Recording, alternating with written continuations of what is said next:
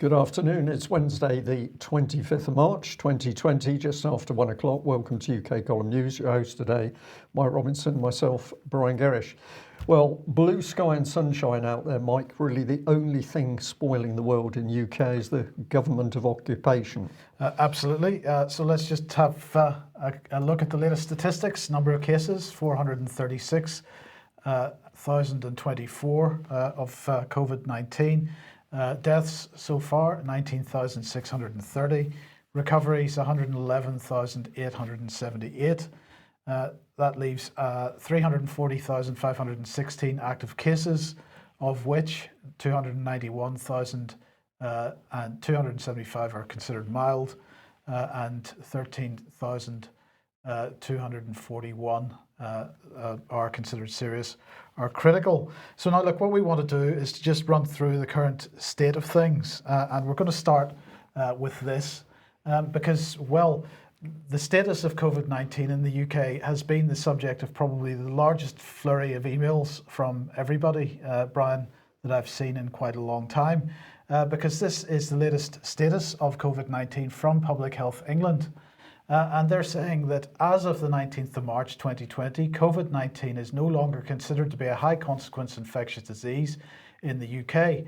The Four Nations Public Health HCID group made an interim recommendation in January 2020 to classify COVID-19 as an HCID. This was based on consideration of the UK HCID criteria about the virus and the disease with information available during the early stages of the outbreak. Now that more is known about COVID-19, the public health bodies in the UK have reviewed the most up-to-date information about COVID-19 against the UK HCID criteria. They goes on to say they have determined that several features have now changed.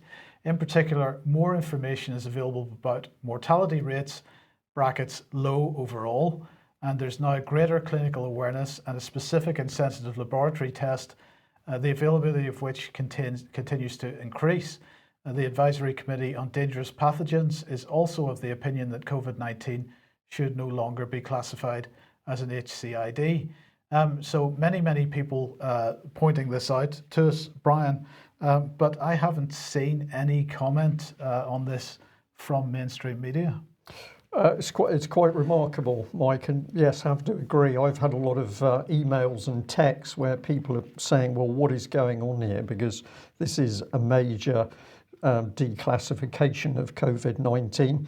I decided to challenge the BBC, and so we sent them an email this morning. Now, I've got to say, I phoned up the BBC press office, spoke to a very nice lady who was helpful, but she needed information by email, which is usually how the BBC works. So what we've said is, further to my phone call on the 19th of March 2020, COVID-19 was downgraded and is no longer considered to be a high consequence infectious disease. The link is here, and I gave the BBC the link to the government's own posting, which Mike has just shown you on the screen. I said, I'm unable to find any BBC references to this important change. Can you please point me to any BBC news announcements or reports that the BBC has made on the downgrading of COVID-19?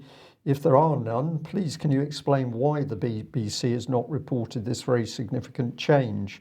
Now, it is quite possible that we've missed this, so that if people are watching today or listening and you know that the BBC has reported on this, then please email us and point us at where those reports are. We will be very interested to see what the BBC has said, and of course we'll also correct effectively what we've said here.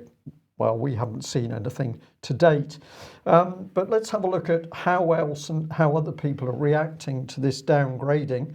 Now, Johnny Mercer, who we like to call Here Comes Johnny, sends out a regular a package of information, not only to his constituents, but also to other people in Plymouth. He'd sent this one out. If we do what's asked of us, we can beat this.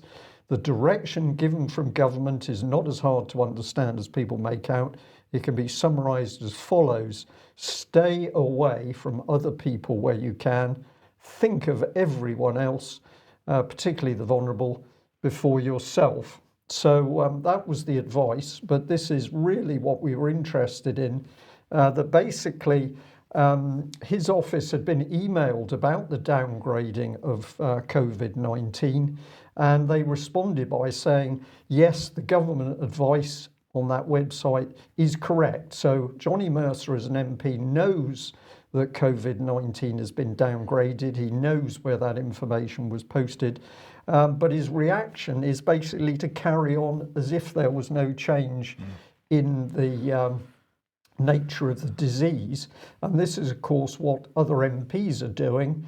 And if the BBC is not reporting this important change, we've got a massive deception going on here by design or ignorance. We can't be too sure. Yeah. Okay. So let's look at what else is going on around and about.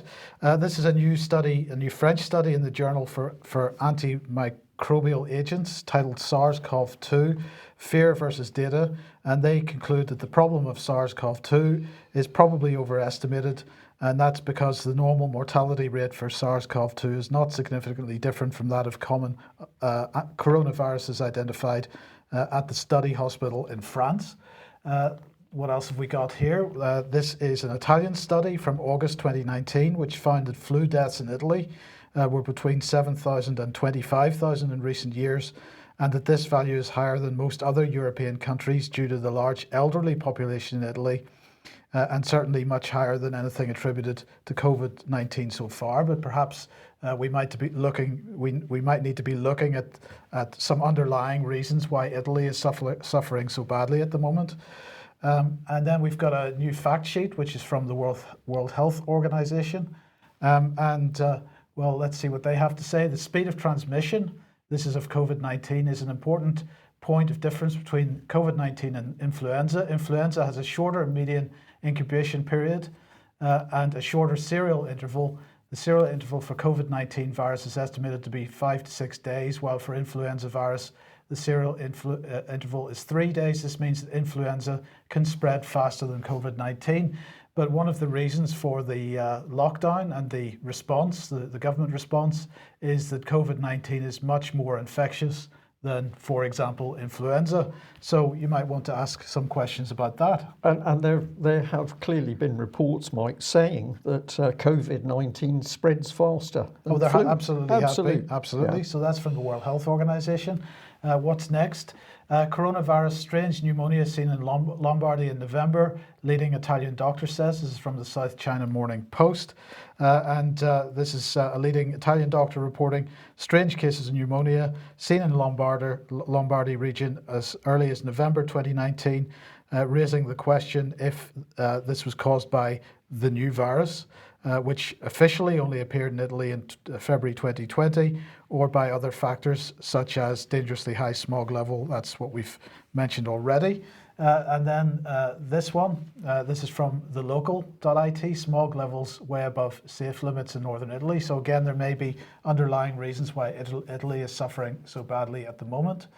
And then we have this from Professor Peter Gotcha. Now I do apologize for the pronunciation of that. It's probably wrong. Now he's the founder of the Cochrane Medical Collaboration, and in this article, Corona, an epidemic of mass panic, he's pointing out that logic is one of the first victims of this whole situation. Then here is another article here, this time from former Israeli Health Minister, Professor Yoram Lass, who's saying that the new coronavirus is less dangerous than the flu. Lockdown measures will kill more people than the virus. And he's saying that the numbers do not match the panic. Psychology is prevailing over science. And he's also saying that Italy is known for its enormous morbidity in respiratory problems, more than 3 times any other European country. So the headline for that is Lockdown Lunacy. And then we have this one. Well, the last few here are in foreign languages, but this is Pietro Vernazza, a Swiss infectious disease specialist, who's arguing that many of the measures are not based on science and should be reversed. He's saying that mass testing makes no sense because 90% of the population will see no symptoms, and lockdowns and closing schools are even counterproductive. And he's recommending only risk groups are protected while keeping the economy and society as a whole largely undisturbed. And then we have the president of the World Doctors Federation, Frank Ulrich Montgomery, who's saying that lockdown measures, as in Italy, are unreasonable, counterproductive, should be reversed. And in Switzerland, then, we have comments on the mortality, really highlighting the fact that this is that the victims in Switzerland are people that have already been on palliative care or with pre-existing conditions. And then the Italian statistics have now been published in English, so those are available. And there's some of the stats that they have. The absolute number of deaths in Italy by age group, showing that it's mainly people over 60 at least, but certainly the main areas in the 70 to 79 and 80 to 89 age groups. And then they also have a table showing the number of other problems that people have. So they had 6 cases with no other underlying health problems, and 113 cases at the point that these stats were listed with 1 underlying health condition, 128 with 2 underlying health conditions, 234 with 3 underlying health conditions and more. And then finally they say this, for people that have died in Italy under the ages of 50, to date 36 of the 3,200 COVID-19 positive patients under the age of 50 have died. In particular, 9 of these were younger than 40 years, 8 men and 1 woman. For 2 patients under the age of 40 years, no clinical information is available. The remaining 7 had serious pre-existing pathologies, cardiovascular, renal, psychiatric pathologies, diabetes, obesity. So, they're making the point that a large proportion of the people that have unfortunately died in Italy, the vast majority of them had underlying health conditions, and that needs to be taken into account. And, the question is then, are these people dying of coronavirus, or are these people dying with coronavirus? And the point that we would make is that it's with is the more appropriate word. And Brian, I was interested just looking at the BBC coverage of this last night, that when they talk about deaths as a result of this disease, they use the word with. So they're not saying that people have died of coronavirus. No. They're merely saying that they tested positive at the point of their death. Yeah. So this is spin, isn't it? This is media propaganda and spin, because they're not giving the true facts. They're not clearly expressing what the data shows. They're putting a spin on it. Well, let's look at how that looks, because now this is going to be difficult probably for people to see on screen, but hopefully you've got a high definition feed and you can see this. This is weekly Z-score, age group, total by country, and this is statistics showing excess mortality effectively. Now, Z-score, for anybody that doesn't know, is a numerical measurement used in statistics, and it shows the deviation from a mean value. So the red horizontal line on each of these graphs is the 0 point, and that is really the mean value, the average number of deaths at any point, any week during the year. And so then as the line moves above that red horizontal line, then that's deaths that are in excess of the average. Obviously, if it's below, then they're less than the average. Now, this runs up until week 11 of 2020, so which is the end of the 15th of March. So, for example, if as we ring this particular week, this number of weeks from a couple of years ago, for these countries, we can see, that there are an excess of deaths at that time. So there was some kind of pandemic or some kind of event, whether it be influenza or whatever it happens to be, which caused those additional deaths up over and above what you would normally expect to see. We just say we can see a peak on the graph for people listening. Yes, absolutely. But if we head over to March of this year, in fact, from the start of this year, because that last section on the graphs there is really what's happened since Christmas. we can see that up during March, in fact, most of these lines are heading downwards below the average. So that is a number of countries there, from Austria down to Greece. Let's head on down. And if we look specifically at Italy, what we find there is that, well, in general, at this point in March, that graph is showing nothing special happening in Italy with respect to excess mortality. And in fact, what we can see there is that there was more higher levels of death, a higher death rate in Italy in December and in January, before this virus is supposed to have really kicked off. Now remember, this is only running up to the 15th of March, so you've got to keep that in mind. But what that suggests perhaps is that the Italian Health Service was already under a bit of pressure at the beginning of the year.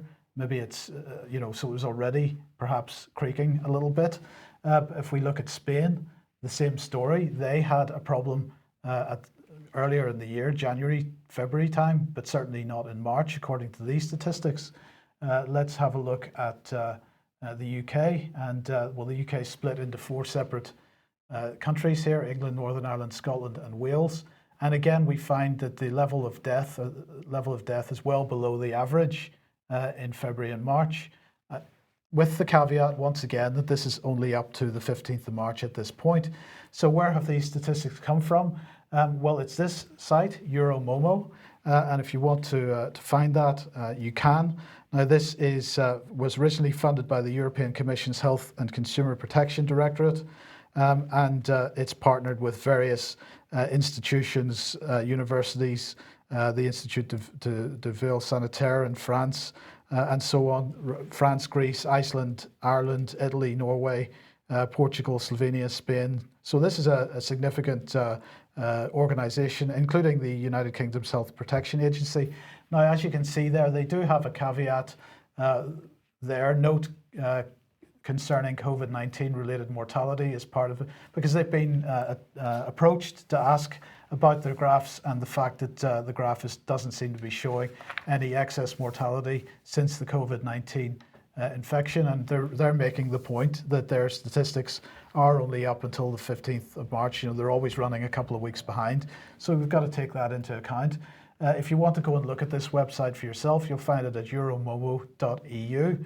But what I will say is that their statistics match the statistics of the Office of National Statistics. And what we have here is the orange line showing the average mortality for each week since the beginning of the year up until week 11. And the orange line is the average of the past 5 years, and the red line is this year's results. And as you can see, right along from the 1st of January right up until the 15th of March, we've been sitting below that average line. So again, the question has to be asked: why have we reacted in the way that we have? And I don't know the answer to that. Well, I think we're getting glimpses now, and we're going to cover a bit more of it in a minute, Mike. But what a situation where we're just talking UK at the moment. We've got a whole nation put into lockdown based on statistics which we can say appear to be inaccurate, erroneous, disagreeing with each other. We don't need to go much stronger than that. We just say that all of the actions that have been taken about what's happened in the country, people can't travel, people got to stay at home, people who are sole traders are going to be hit extremely hard. But the statistics is sand. Well, I'm going to say that the statistics are absolutely accurate. It's the way that the statistics are being presented, which is not accurate. Comment. Yeah. Well, let's have a look at the question that nobody wants to answer. And it's this one: if NHS staff are critical in dealing with COVID-19, why can't UK authorities answer this simple question? And the question is this: how many NHS staff have or have had COVID-19? Now, we thought this was a very easy and straightforward question a week ago when we started to see if we could find out what the answer was. But what's rapidly become apparent is that, we don't know. Public Health England slope-shouldered and told us to go to NHS England NHS England told us to go to the Department of Health. And we can add today that we've also spoken to the Royal College of Nursing, and it was obvious from a very helpful individual that they have no details on the number of NHS staff that have been infected. However, the NHS staff, of course, have been in the front line. They've been exposed, apparently, to people who've already contracted COVID-19. So we would expect to see some significant statistics. But apparently, the prepared British government doesn't have any statistics to do with the NHS. And this is surprising, excuse me, because the government documentation itself, which talks about guidance for infection prevention and control in healthcare settings, tells us some very interesting things. This is the document. Now, several people have said that they really like the statistics that UK Column's been putting up over the last week, but said people have said to us, please, where you can, give the sources of this information. So this is from the www.gov.uk documents website, and the first one is the guidance there, COVID-19. Why are we interested in this document? Well, in section 7 it gets on to occupational health and staff deployment, and if we have a look at that in more detail, what does it say? It says that the prompt recognition of cases of COVID-19 amongst healthcare staff is essential to limit the spread. And we ask ourselves, how does that work when at the moment the government departments that are tasked with looking after the wider health in UK have no statistics, particularly on NHS staff? Is this incompetence, Mike, or is this part of a deception over what's actually taking place on the ground? Well, it's difficult to tell. It's very hard to tell. I mean, for example, perhaps the figures don't fit the narrative, and that's why they won't be released. Yeah. That's a good question. Well, I'll just add that in making all the phone calls that we did to try and track down these statistics, one of the things that came up very strongly was NHS people saying, well, never mind who's got COVID-19. What you really need to know is that we still haven't got our personal protection equipment. So the masks and the gowns, gloves are available, but in some cases the hand gels and hand washes aren't. So the NHS staff in the front line saying that the system has broken down with respect to supplies of these personal protective equipment. Meanwhile, we're told by equally reliable sources that HMS Prince of Wales, that's the second of Britain's enormous aircraft carriers, with no aircraft at the moment, of course, but that aircraft carrier is patrolling off the south coast, was sighted in the Sidmouth area, may well be closer to Plymouth, but we understand that they've got troops on board. So very, very interesting. What are these troops for, Mike? Where might they be deployed? Well, we don't know, but that's the information. We've also had it on extremely good authority that the Metropolitan Police have been sending men and women home for the slightest sniffle, and at the moment policing levels in London are at very depleted levels. People with genuine sickness have been sent home, but we understand that other people are making use of the fact that they only have to sniff and they're sent home. And the comment from a very experienced Metropolitan Police officer was that London is being put into a very dangerous situation because there was no policing on the streets. And I'll just end by saying that locally, fascinating to watch a queue of people for a local GP surgery extending out the door and up the street in a very, very cold wind, with individuals stood 6 feet apart in silence. It was utterly bizarre. As somebody commented to me, surreal what is happening in this country. Okay, if you like what the UK Column's doing and you would like to support us, then please head over to ukcolumn.org/community. Your help very much needed and very much appreciated. So you can do that there. Now, we've been mentioning this week the coronavirus bill. This is this emergency legislation which has been going through Parliament. It was introduced into Parliament on Monday. It went through the House of Lords yesterday. It's going to be passed today and be given royal assent pretty much immediately.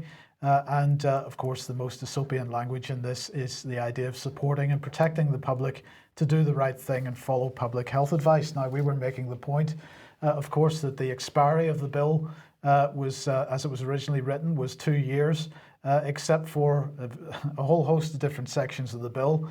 That there had been an amendment, in fact, several amendments, all basically doing the same thing, to try to make sure that the bill expires at a much earlier period, a period of 6 months, beginning of the date which is passed, and that then it would have to be approved by Parliament to be extended. In fact, in order to head this whole thing off at the pass, the government did put in its own amendment to this, which gives the Commons an opportunity to express a view on the continued operation of the temporary provisions every 6 months. So apparently a minister must, as far as practicable, make arrangements for MPs to vote on this every 6 months. And if they're able to vote, then the bill will stay in force if they approve it. And if they don't, obviously it won't. But there's a nice little caveat in this, because MPs will only be able to vote on the continuation of the bill if they're actually sitting. And unfortunately, Parliament is expected to close tonight. So will it be sitting in 6 months' time whenever this bill comes up for renewal? Because if they don't vote on it, the powers will remain in force by default. So we are in the situation where democracy effectively being suspended in this country tonight in the event that Parliament is shut down. And this bill, which is an enabling bill, it will become an enabling act, effectively will run for 2 years without any parliamentary scrutiny if Parliament does not sit again in the next 6 months. Mike, this has got to be one of the most dangerous positions this country's ever been in. We ask a question, who is the government at the moment? We've had glimpses of names such as Dominic Cummings, but of course we know that in the background there's a cabal of people that simply are telling the backbench MPs what they should be doing. So if you're an MP, we understand that that doesn't mean to say that you've got any part in the democratic running of UK. We've got a cabal described by David Scott, I think very accurately, as a government of occupation, and now they are simply suspending the Constitution, all on statistics, which you've described quite rightly, Mike, as saying these are manipulated statistics. It seems that way. So here's George Freeman, because it doesn't end there. He's now calling for a government of national unity. We had this under Brexit that didn't really fly. Is it going to fly this time? So he tweeted out yesterday, the scale of this national emergency, the suspension of usual freedoms and democracy, the economic consequences, and the likely loss of tens of thousands of lives demands a suspension of party politics as usual. We're going to need a COVID coalition. Well, I just have to comment on this one. It's the terminology there, the likely loss of tens of thousands of lives. So we have Public Health England, can't remember the gentleman's name, but saying 600,000 people were going to die in UK. And now we've got people saying, well, we might have the likely loss of 10,000 lives. So well, anyway, he did that, and then he was of course promoting an article in the Guardian, which he gave an interview for, and this says that George Freeman, a former minister in Johnson's government, was the first to break cover and say a COVID coalition government may be unavoidable. Some other Tory MPs privately believe the Prime Minister will need cross-party governing consensus if emergency measures are to continue for months. Freeman told The Guardian the scale of this national emergency demands a suspension of politics as usual. When Labour have a sensible new leader, Keir Starmer, if elected, should be invited to COVID cabinet, Cobra and Joint Number 10 briefings. The Guardian saying one argument circulating amongst some Tories is that Johnson may need to share responsibility for decision making with Labour and other opposition parties in order to survive the crisis. Well, I think opposition parties might want to think twice about that, because we know what happened to the Liberal Democrats when they were sharing power with the Tories in 2010 to 2015. They effectively ended up not being a functioning party anymore, because the problems that arose out of that government basically stuck to them somehow. Yeah. Now, what's next? Right. Coronavirus, the new jobless struggle to claim benefits, says the BBC, and really this is one of the key problems that we have. And let's have a look at this. One user posted a screenshot on Twitter of their application. This is an application for benefits, which said that due to the incredible volume of new users, there would be 105,563 people ahead of them in an online queue to verify their identity. A basic requirement for applying for any benefit. So you put this along, in the same lines as perhaps what was going on with the big pub chain whose name escapes me at the moment, Wetherspoons, who's laid off effectively. They haven't laid them off 40,000 staff, but they're not paying anything to them until the government money comes in, possibly at the end of April. And so a video from the chief executive suggesting that perhaps they might want to find jobs elsewhere in the meantime. So a lot of people are going to suffer pretty harshly over the next number of weeks, because there's going to be a pretty significant delay between applications being made and money coming through. And even when the money comes through, is it really sufficient? I don't think so. Yeah. And I'll just add that we're told, it's an anecdotal story, but I'm sure it's true, that one of the Plymouth taxi drivers said how vulnerable he and other taxi drivers felt, because he said most of us have only got a month's money to live on, and he'd been told to go home by the police the other night. So this is pretty draconian stuff, and we don't know who's really running the country. Now, we just mentioned this little funny story, really, but somebody picked up that just as coronavirus hits the streets, an interesting charity emerges from the shadows, the National Emergencies Trust. And if you go to their website, they've got a big coronavirus appeal there. On the right is a little bit of documentation from the Charities Commission, where you can see more detail. Their charitable objects are to relieve and to enable the relief of sickness or disability, physical or mental, the victims of emergency incidents. On and on and on it goes. They were registered on the 4th of April 2019. I thought that's rather convenient for a National Emergencies Trust. If you read their own documentation, they say, well, it was Grenfell Tower that prompted us to set ourselves up. But what do they want to do? Well, they want to act as a central coordinating point for donations whenever there's a national emergency. And then we don't have to worry, because they'll follow those charitable objects there, and they will sort the problem out. Now, we always have a little look at people, and just fascinating. They've got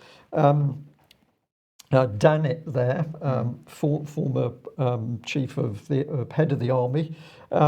He's there now. Obviously, that gives the solid ground of somebody who's capable of dealing and handling with an emergency.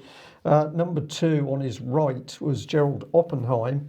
Very interesting gentleman, because he's chief executive of the fundraising regulator. Now, they're all independent, which is very good. But of course, they've now got an organisation which says, well, when a national emergency happens, you don't really need to set up local charities. You can get involved with us.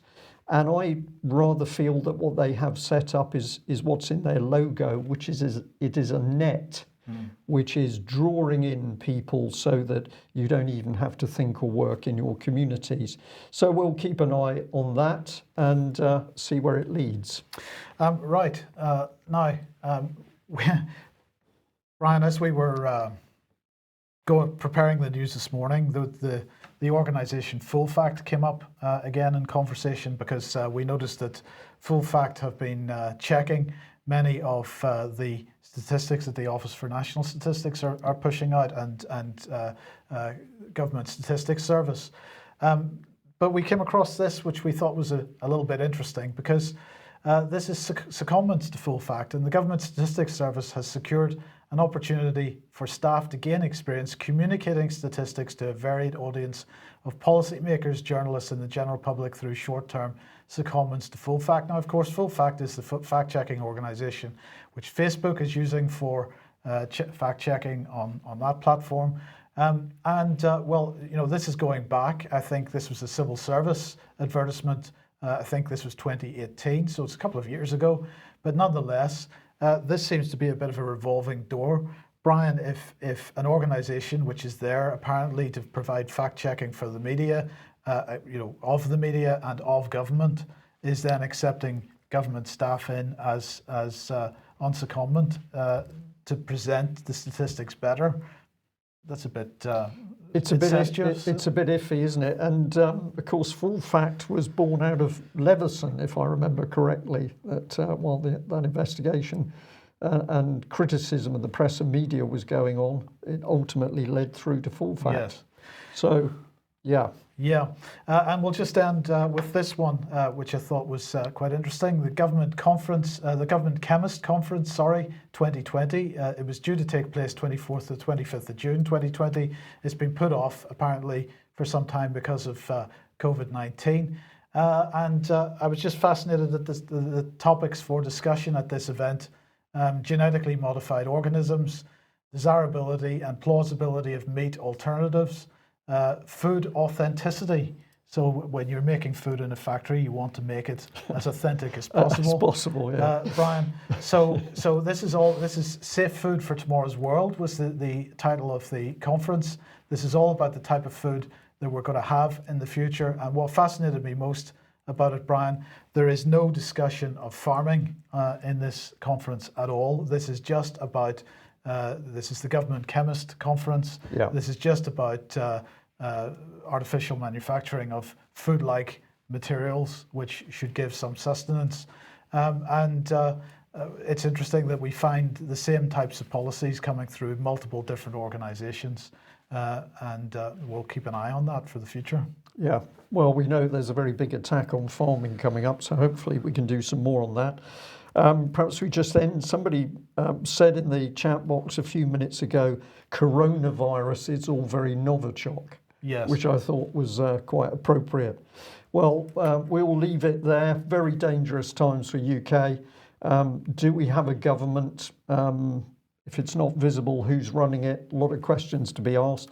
And to say to people who are contacting us, saying how concerned you are and what can you do, one of the key things you can do is take the data and statistics that we are showing you and use that in letters to challenge not only your own MP, but people in the so-called positions of authority, to ask them what they're doing, challenge the media, challenge the BBC.